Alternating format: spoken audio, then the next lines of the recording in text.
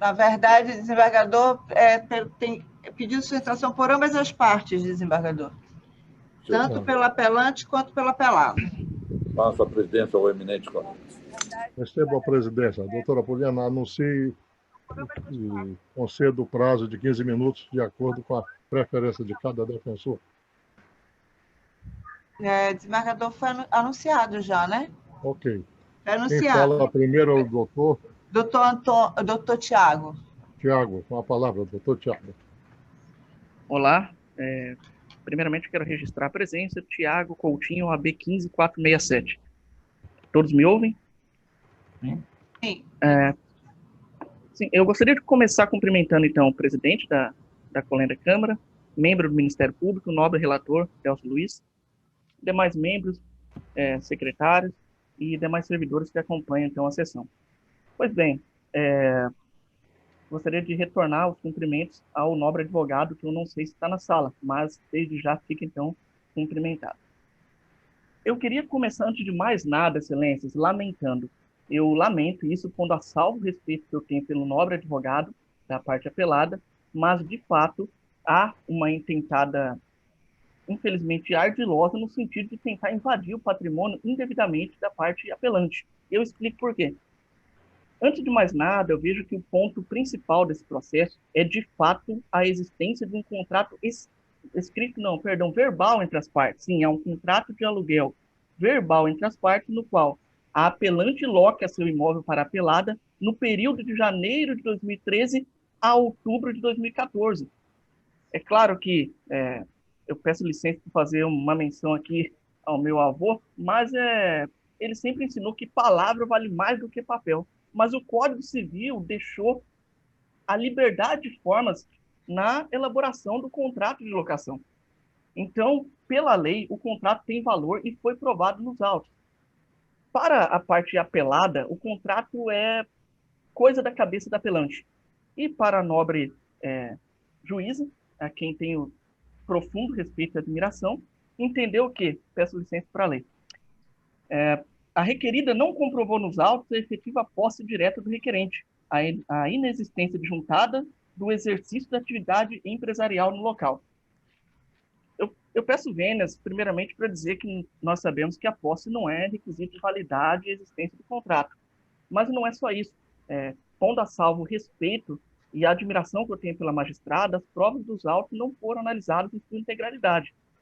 Eu peço, antes de mais nada, a atenção às páginas 40 e 47. As páginas 40 e 47 consta o contrato social, 7ª alteração contratual da empresa apelada, mudando seu endereço atual para o endereço de propriedade do apelante. Isso está às folhas 40 e 47, né? E não foi apreciado, infelizmente, pela magistrada. Mas não é só isso. Os próprios títulos de cobrança, as próprias notas fiscais emitidas do período de fevereiro de 2014 a agosto de 2014, consta o endereço de propriedade da apelante. Veja, foi autorizada na Cefaz a emissão de notas no endereço atual da apelante, excelências. E eu tenho que discordar que há nos autos a comprovação de que houve o uso do imóvel e houve atividade comercial no local. É importante lembrar que a alteração contratual, a qual mencionei anteriormente, é de janeiro de 2013.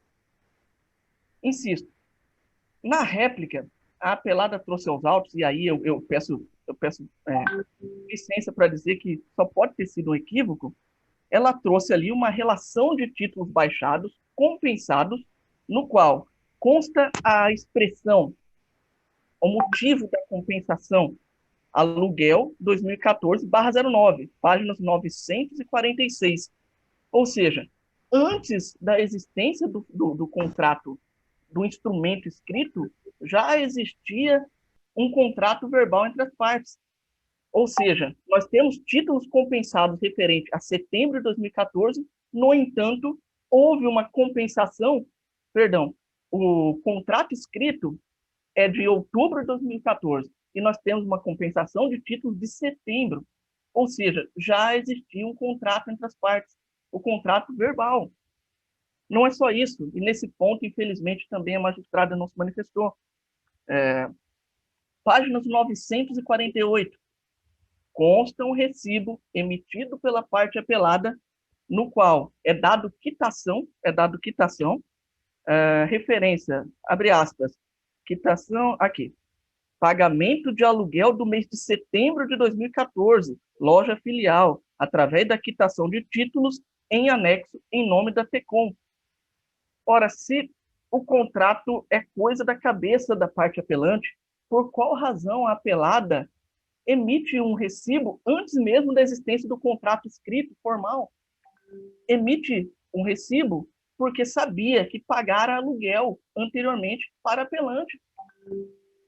Excelências, nesse ponto, a magistrada também não se manifestou na sentença. Sentença constada por 1641. O fato é, excelências, é que em setembro de 2014, isso lá, dia 11 especificamente, houve a compensação dos títulos aqui cobrados. Houve. E eu chamo a atenção de vossas excelências às folhas 847, na qual o senhor Maurício, que é sócio em comum tanto da apelante quanto a apelada, na verdade não é mais, uma vez que nos deixou, infelizmente, faleceu, mas em vida ele deixou esse último ato de justiça, uma declaração do senhor Maurício, dono da empresa apelada, de 2018, dizendo, abro aspas, citação direta, sendo certo que, ao tomar conhecimento da referida ação, as notas fiscais de valores nominais de 588 mil e alguma coisa, as aqui cobradas, foram devidamente compensadas do aluguel da sede da empresa Pinheiro, de propriedade da empresa TECOM. Tal afirmação de meu inteiro conhecimento, eis que em reunião realizada pelo sócio, ficou acertada a compensação, ciente de minha responsabilidade civil, penal e etc. Não é só, e nesse ponto também, infelizmente, não houve na sentença menção, nem sequer no relatório. As folhas 871 constam um e-mail de cobrança do ano 2015, no qual a parte apelada cobra a empresa apelante pelos títulos vencidos até aquela época.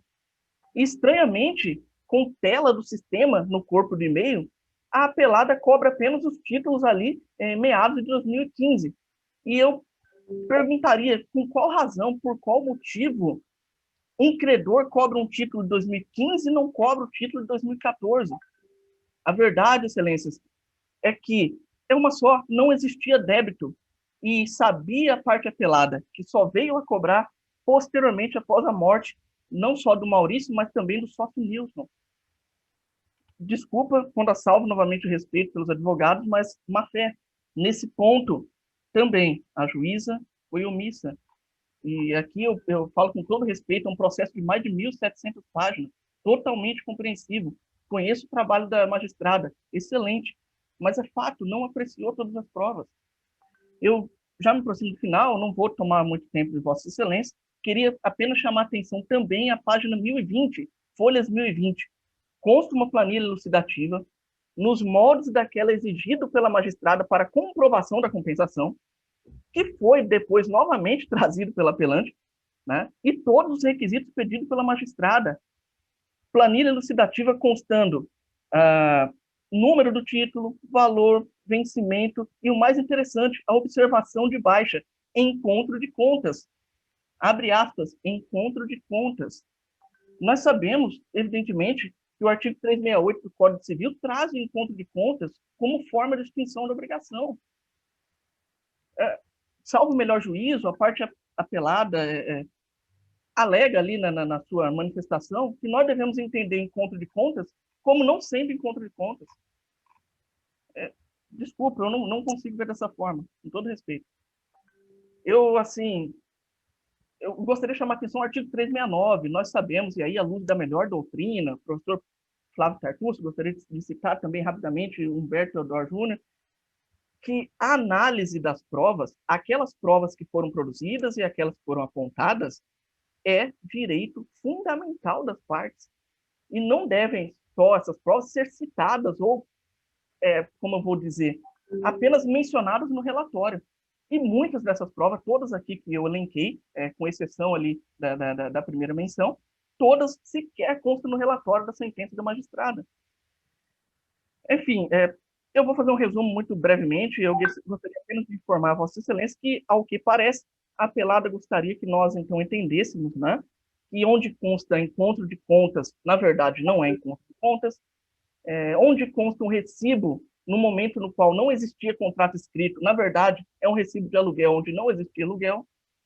Quer que nós acreditemos, então, que gozou do imóvel da apelante, área nobre da cidade, imóvel gigantesco, por mais de um ano, sem pagar nada por isso. Eu não vejo outra forma, eu peço com todo respeito novamente a todos presentes, que haja a condenação da apelada por litigância de má-fé, por inverter a verdade dos fatos. E isso é o que impõe a lei, artigo 80, inciso 2, CPC. Então, assim, realmente eu vou ser breve, já é tarde. Eu gostaria apenas de agradecer a Vossas Excelências pela atenção, né? E agradecer aí a oportunidade. Muito obrigado. Obrigado, doutor Tiago. Doutora Poliana, é apenas a senhora me informar, porque eu assumi a presidência provisoriamente, o número da pauta aqui, para me acompanhar aqui. Número 24, desembargador. Está o número 20, doutor Cristiano. Vejo que o desembargador Ari reassumiu. Peço que Vossa Excelência conclua esse julgamento. Com a palavra o eminente relator. Senhor presidente, depois das duas sustentações, muito bem feitas pelos advogados, a quem dou meus parabéns, eu vou pedir adiamento para analisar melhor esse processo, senhor presidente. Processo adiado a pedido do relator. Devolvo ao presidente, ao eminente desembargador Ari Moutinho, as nossas